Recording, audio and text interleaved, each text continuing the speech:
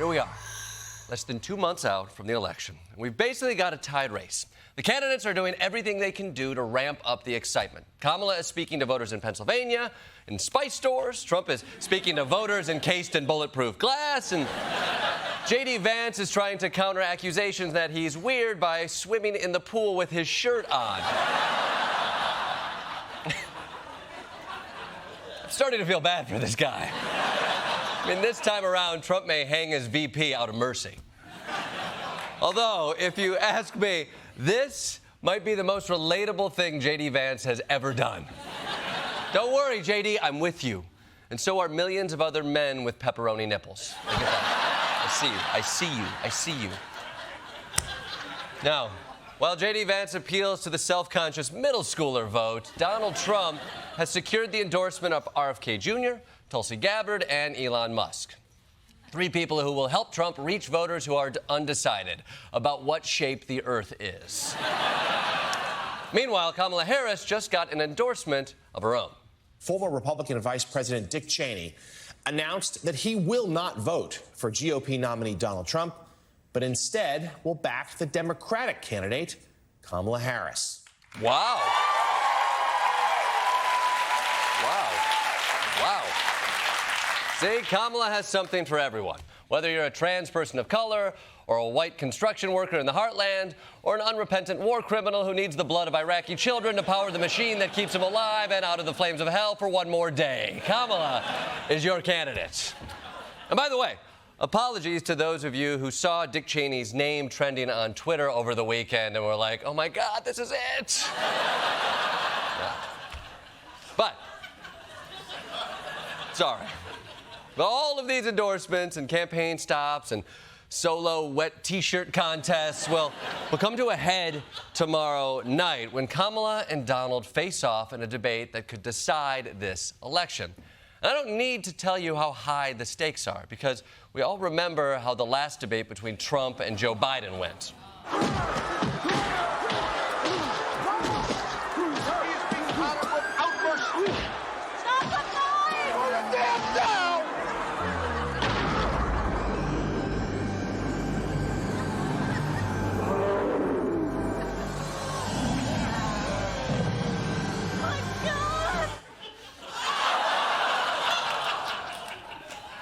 You know, not as bad as I remembered.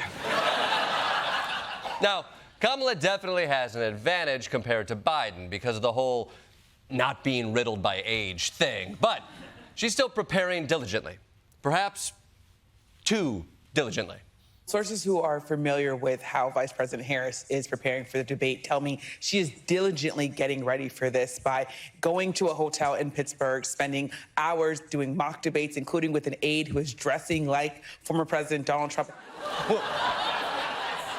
I'm sorry, you're having a guy dressed like Donald Trump? Is that something the campaign thinks she needs to prepare for?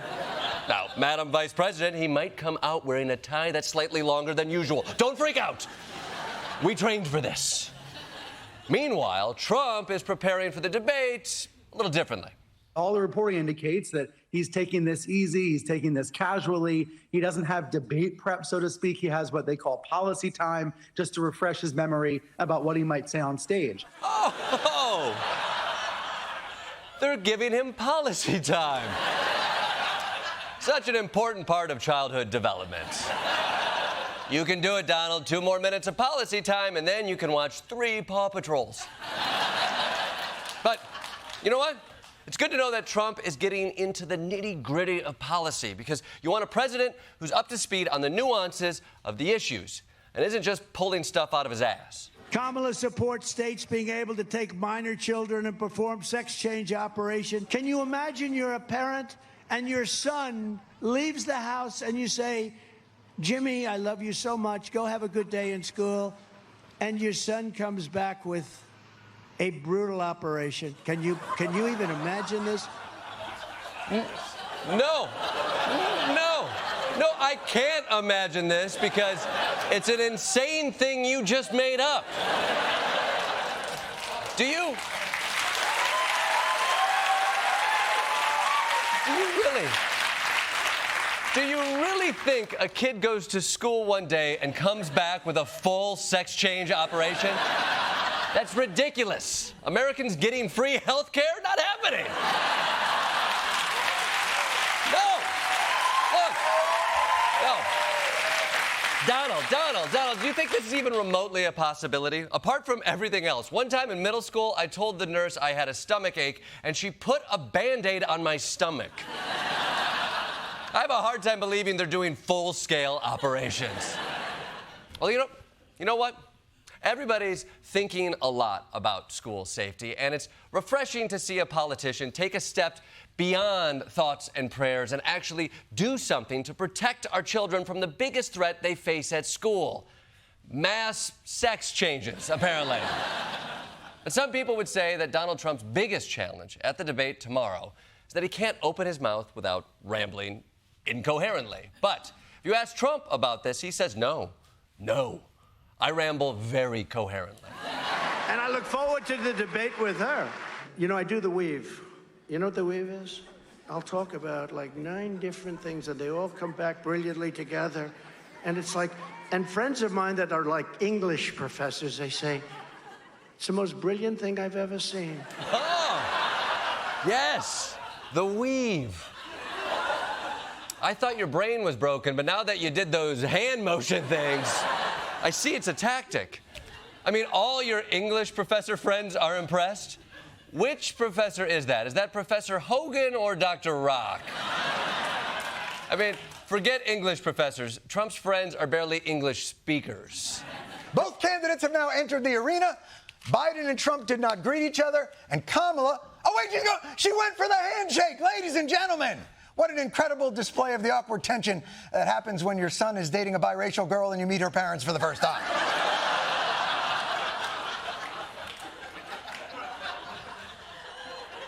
Do I?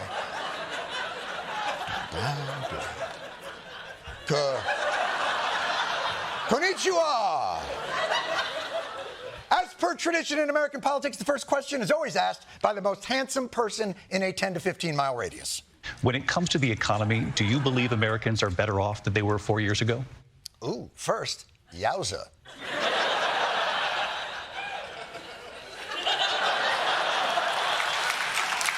Oh, yeah. Second, answer the question, Ms. Vice President. I imagine and have actually a plan to build what I call an opportunity economy. My plan is to give a $50,000 tax deduction to start-up small businesses. I intend on extending a tax cut for those families of $6,000. Holy shit, we're one question in and we're all millionaires. Oh, my God. Donald, your response to the question, is the economy better now than it was 4 years ago? We have millions of people pouring into our country from prisons and jails, from mental institutions and insane asylums. They're dangerous. They're at the highest level of criminality. They are taking over the towns. They're taking over buildings. They're going in violently. Ladies and gentlemen, I just want to say, after surviving the PTSD of the last presidential debate, how unbelievably refreshing it is to go back to the same old, nobody's going to answer any fucking questions. This is unbelievable. We're back. America is back. Yeah. You ask them a question, they just turn the tide and answer whatever they want to answer. And now that we're returning to the cliches, the standards of American political theater, I think it's only fair if someone would do the honors of the first baseless ad hominem. She's a Marxist. Everybody knows she's a Marxist. Her father's a Marxist professor in economics, and he taught her well. But when you look at what she's done to our country... Oh, shit. She's about to be like, motherfucker, let's just do this. I'm gonna... Boom, boom. She's about to... A Marxist, she's about to open up a can of ass capital on Donald Trump. Lindsay Davis, you better change the subject before the fingers on Kamala's hand unite. I want to turn to the issue of abortion. Oh, boy. I'm not superstitious, but this is where the wheels fell off for Biden. He was asked about abortion, then he somehow spun it into, why are immigrants raping people? And he ended with a classic phrase we'll never forget, and that's when we finally beat Medicare.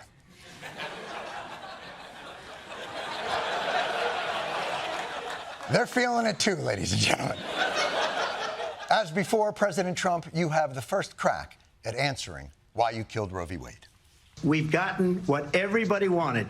Democrats, Republicans, and everybody else, and every legal scholar wanted it to be brought back into the states. And the states are voting. And I did something that nobody thought was possible.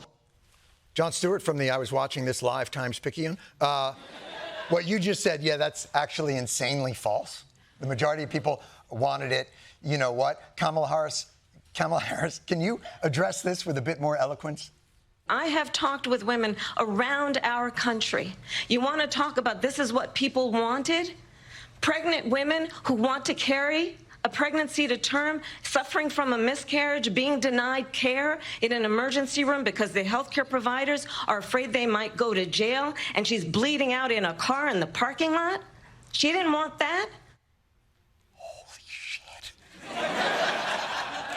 She crushed that. This is like, what? This is like one of those Groundhog Day movies where you get to go back and fix the bad way that something happened earlier to the good way. And then you learn Italian and the piano, and then you get sad, and then despondent, and then you learn how to love yourself. Anyway, Trump will now finally have to answer to his abortion policy. You know what it reminds me of? When they said they're going to get student loans terminated, and it ended up being a total catastrophe. Ah, you don't have an answer. Student loan smoke bomb. Poof. But we're settling into a rhythm here. Nice back and forth. I got to give it to Trump. He's sticking to his guns, and he's not letting Kamala Harris get under his skin. I actually think she's not going to be able to needle him. I'm going to invite you to attend one of Donald Trump's rallies. He will talk about windmills cause cancer. And what you will also notice is that people start leaving his rallies early out of exhaustion and boredom.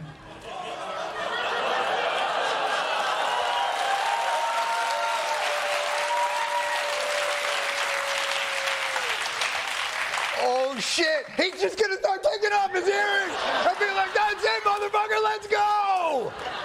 Folks, the eagle has landed. She has attacked what is Donald Trump's most cherished family member, his rally crowds. Donald, remember your training. The question is about why you killed the bipartisan immigration bill. You don't need to think about the other. First, let me respond as to the Please. rallies. She said people start leaving. People don't go to her rallies. Son of a bitch! People don't leave my rallies. We have the biggest rallies, the most incredible rallies in the history of politics. Our country is being lost. We're a failing nation. In Springfield, they're eating the dogs, the people that came in. They're eating the cats. They're eating the pets of the people that live there.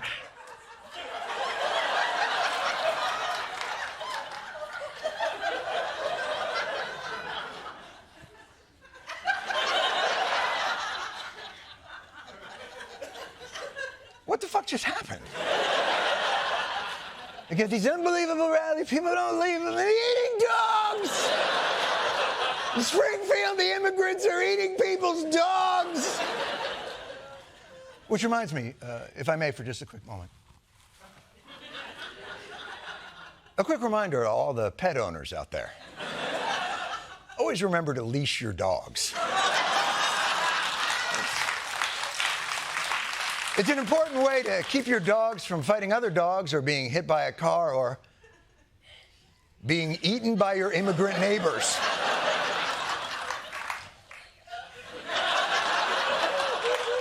Oh, I'm sorry. Also, fuck off, Dick Cheney. But I'm sorry. You were saying? I just want to clarify here. You bring up Springfield, Ohio, and ABC News did reach out to the city manager there. He told us there have been no credible reports of specific claims of pets being harmed, injured, or abused by individuals within the immigrant community. Well, I've seen people on television. Let me just say here, this is the people on television say my dog was taken and used for food. So maybe he said that, and maybe that's a good thing to say for a city manager. I'm not taking this from television. But the people are on taking it from television the city saying their manager. dog was eaten by the people that went there. Again, the Springfield city manager says there's no evidence of that.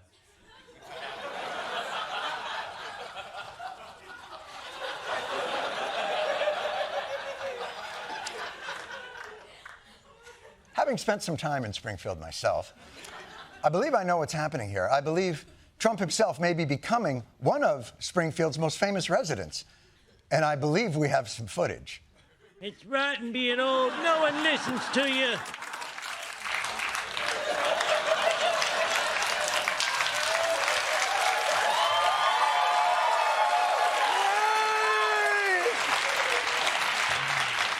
Someone ate my dog!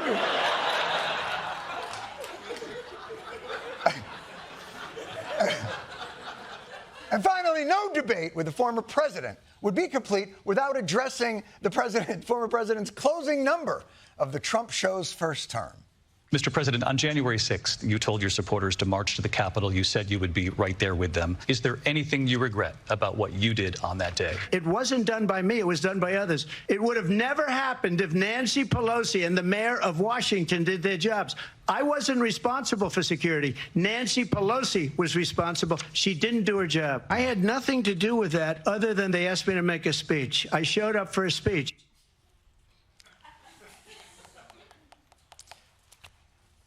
You spent 2 months riling up your base that our country had literally been stolen from them through fraudulent means, that you could never even get a whiff of in a court of law, and let yourself just abuse them. You pressed on. You abused their trust. You showed up for a speech. You fucking tweeted, "Join me on January 6th. It will be wild." But suddenly now, I was just a hired magician, did a bar mitzvah. I didn't do anything. I showed up with a hat and a rabbit, and then the whole party went out of control.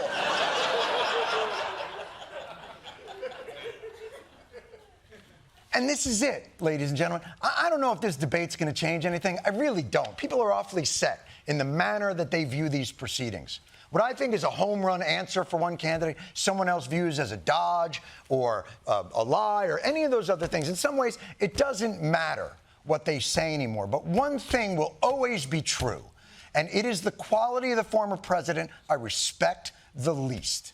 Whenever he is cornered and forced to face even the smallest of consequences for his own mendacity and scheming, he reverts to the greatest refuge of scoundrels. As Shaggy would say, "It wasn't me. I did nothing wrong. I just showed up. They're the ones who went crazy." This man who constantly professes to be your champion, who says they're going to have to go through him to get to you, will always, when the boat is going down, be the first into the lifeboats, because in that moment he will always say the same thing. "I didn't know anything about it. I was just told to show up for a cruise," even though everybody knows he was the fucking captain of the ship. In any other country, that lack in any other country, that lack of accountability would be disqualifying. But in this country, it means the race is tighter than a... Would you excuse me for just 1 second? Last night, Kamala Harris and Donald Trump took to the debate stage to make their cases to Taylor Allison Swift. And whoever else happened to be watching. It was not a good night for Trump. In terms of personal tragedies for him, I'd put it somewhere between losing the 2020 election and the day Fox News started letting female anchors wear pants. Somewhere in there. And there was one moment that was probably the best example of just how badly Trump did at the debate. In Springfield, they're eating the dogs, the people that came in. They're eating the cats. They're eating They're eating the pets of the people that live there. Sir, the question was, state your name. Now, if you were one of the many people last night wondering why Trump was shouting, "They're eating the dogs!" Let me explain. It started with a random Facebook post where someone accused a Haitian immigrant of stealing and eating their neighbor's daughter's friend's cat. And if there's one thing we know about Facebook posts, it's that they're always rigorously fact-checked. But as with any unfounded rumor on Facebook, obviously this got picked up by the right-wing establishment and spread across the internet. Even J.D. Vance promoted it while simultaneously acknowledging it was completely unfounded. You might say he jumped in the misinformation pool, but kept his shirt on. Which brings us to last night. If there's one thing we know about a racist conspiracy theory, it's that Donald Trump's brain will swallow it whole like a hungry immigrant at Petco. And that's how a random Facebook post turned into Donald Trump's campaign slogan, "They're eating cats and dogs!" So, it seemed like Trump had a rough performance. But hey, you know what? That's just my opinion. But you could also tell that Donald Trump was the loser because he did all the things losers do when they lose. Number one, complaining about the refs. I thought they were very unfair, the moderators. Everybody did. I thought it was terrible from the standpoint of ABC. It was 3-1. It was a rigged deal, as I assumed it would be, because when you looked at the fact that they were correcting everything and not correcting with her. Yeah, man. They were correcting you because of the things you were saying. That's barely fact-checking. The moderators were reacting like normal human beings react when you hear the craziest shit you've ever heard. Like, if you were at a cocktail party and your friend said, "Trans immigrants are eating dogs in Ohio," you would say, "What the are you talking about, Stu?" No, they aren't. You wouldn't be like, "Okay, thank you for that. Let's move on to foreign policy." You know what? It wasn't just blaming the refs. Another way you know Trump lost is that he was accusing his opponent of cheating. They had a rigged show with somebody that maybe even had the answers. I mean, I'll be honest. I watched her talk, and I said, you know, she seems awfully familiar with the questions. Okay. You think she was cheating because she seemed familiar with the questions? It's a presidential debate. They always ask the same questions. It's like being suspicious that someone knows all the words to take me out to the ball game. How will you fix the economy? What's your stance on abortion? Do you promise not to overthrow the government? Standard boilerplate debate questions. Meanwhile, Trump seemed awfully familiar with the questions that nobody asked, like, who's eating all the cats in Springfield, Ohio? But maybe the best way you know Trump lost the debate is that he repeatedly insisted he won. I think it was the best debate I've ever personally that I've had. We're getting polls that show 92-6, 88-11. Every single poll last night had me winning like 90-10. We had C-SPAN at one point was at 80-20. We looked at one poll, it was 92-7. We had a 92% rating in one poll. We had an 86% rating in another. We had 77%, 90%, 60%, 72%, 71%, and 89%. Wow! Those certainly were numbers. Is this what Trump did during his debate prep? Memorize all the numbers between 70 and 98? In fact, every moment since the debate ended last night, Trump has been spinning and spinning and spinning. I mean, just listen to his response after Taylor Swift announced she is endorsing Kamala Harris. Well, I actually like Mrs. I actually like Mrs. Mahomes much better, if you want to know the truth. She's a big Trump fan. I was not a Taylor Swift fan. Oh, really? Really, Donald? You prefer Brittany Mahomes? What's your top 5 Brittany Mahomes songs? Is this really his angle? Well, I don't care, Taylor, because I like your boyfriend's coworker's wife better. This has just been a day of pathetic, desperate spinning. I mean, imagine if Donald Trump spent all that energy on doing things correctly instead of pretending he did things correctly. I mean, if he had worked harder preparing for the debate, maybe he wouldn't have had to pretend he won the debate. If he had worked harder to win in 2020, maybe he wouldn't have to pretend the election was rigged. And if he had worked harder on January 6th, maybe he could have overthrown the government and wouldn't have to be debating in the first place.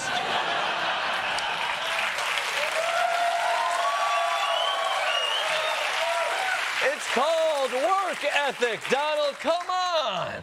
Of course, Donald Trump wasn't the only one spinning his performance last night. His aforementioned Vice President J.D. Vance was asked about why Donald Trump ranted about illegal immigrants eating pets. And his response was illuminating. Why push something that's not true? Well, first of all, city officials have not said it's not true. They've said they don't have all the evidence. They said they have no evidence. We've heard from a number of constituents on the ground, Caitlin, who both firsthand and secondhand reports saying this stuff is happening. So they very clearly, meaning the people on the ground dealing with this, think that it is happening. And I think that it's important for journalists to actually get on the ground and uncover this stuff for themselves. Okay. I'm sorry. This is not my main takeaway from the story, but someone's cat went missing, so they called their senator. I mean, were they like, should I go right to the President of the United States, or should I start with my senator? You got to update those emergency numbers on your fridge, Barry. Come on. Meanwhile, on the Democratic side, Kamala Harris is basking in the endorsement of Taylor Swift, who posted her support to her 283 million Instagram followers this week, which I'm sure the conservatives are taking it well. I'm allowed to criticize Taylor Swift, and I don't give a shit who gets upset. This is disgusting. If she wants to vote harris-walz, she can do it all she wants. But to say the reason she's doing it is because of Tim Walz's stance on LGBTQ, F you, Taylor Swift. I guess I'll find someone else to go with me to the Eras tour, huh? You know what? Maybe I'll just rip them off. Who cares? Oh, they're easy. Just buy them on StubHub, guys. I'm sure not all conservatives are as mad as Megyn Kelly. In fact, some of them went to great lengths to reassure themselves that Taylor Swift's opinions just don't matter. We admire Taylor Swift's music, but I don't think most Americans, whether they like her music or fans of hers or not, are going to be influenced by a billionaire celebrity who I think is fundamentally disconnected from the interests and the problems of most Americans. Can you imagine people relating to a celebrity billionaire? Someone who's been on Time magazine or hosted SNL or been in a Kanye West music video. I can't imagine anybody being impressed with that. I'm J.D. Vance, and I have no sense of irony. So who else in the right-wing ecosphere is completely unbothered by the Taylor endorsement? Here's the thing. Who cares? Okay? I buy music or I go to a movie because I like what the actor is, how he's acting, or I like the singer. I don't give a damn what you think politically. You're not going to move me one way or another. What makes you think that the way you think should influence other people? You sing for a living. Just deal with that. Okay, a little harsh. But Judge Jeanine Pirro has standards. She's not going to be impressed by some celebrity taking a political stance. That's not something that's going to excite her, ever. The Rock is delivering a smackdown on the Biden campaign. Okay, look. You really expect Judge Jeanine to remember what she said 4 months ago? I'm pretty sure she's had a Pacific Ocean amount of white wine since then. You know what? It's honestly exhausting trying to keep up with the right-wing media's spinning and its lies. And if you were paying attention yesterday, you probably saw this picture of Joe Biden, where he's wearing a Trump 2024 hat. And a bunch of Trump fans called him senile and demented, which was mean, and also a weird thing to say to a guy for wearing your candidate's hats, but I want to show you what actually happened in that moment, because dare I say it was a moment of actual fun. And when was the last time this campaign gave us something fun? They're eating the dogs. Okay. Yeah. Okay. All right. Aside from that, yesterday, Joe Biden was at an event honoring the first responders on September 11th. And several people at the event were wearing Trump shirts, which frankly is a cool thing about America. I mean, nobody in Russia is meeting Vladimir Putin with wearing a Navalny shirt, you know? If they do, they're not leaving through the door. So, Joe Biden not only didn't throw anybody out a window, he approached a man wearing a Trump hat, and the two of them kind of hit it off. Presidential hat. Presidential seal on it. You want to autograph it? Oh, sure, I'll autograph it. Huh? Yeah. You remember your name? I don't remember my name. I'm slow. You're an old part. You're an old part. Yeah, I know, man. I'm an old guy. And you're an old part, right? I know you would know about that. What? About being old. Oh, I know. Okay. See, that's sort of a nice moment. Two old men from opposite sides coming together to share a laugh while neither of them run for president.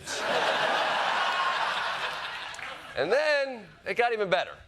There you go, man. I need that hat. Want my autograph? Hell no. You know my name. Come on. I ain't going that far. Yeah. Get you to a selfie. There he goes. Now, you know what? I'll tell you what. I will tell you what. If you ask me, this is what you want from the President of the United States when he meets a voter on the other side. He doesn't get mad at him. He doesn't try to hard sell him. He just shows warmth and a bit of empathy. And they did a remarkable thing you don't see among two people on opposite sides these days. They had a laugh. And with a simple exchange of hats, they're able to share something much more meaningful. Lice. Itchy, disgusting, impossible to get rid of lice. And that warms my dead heart.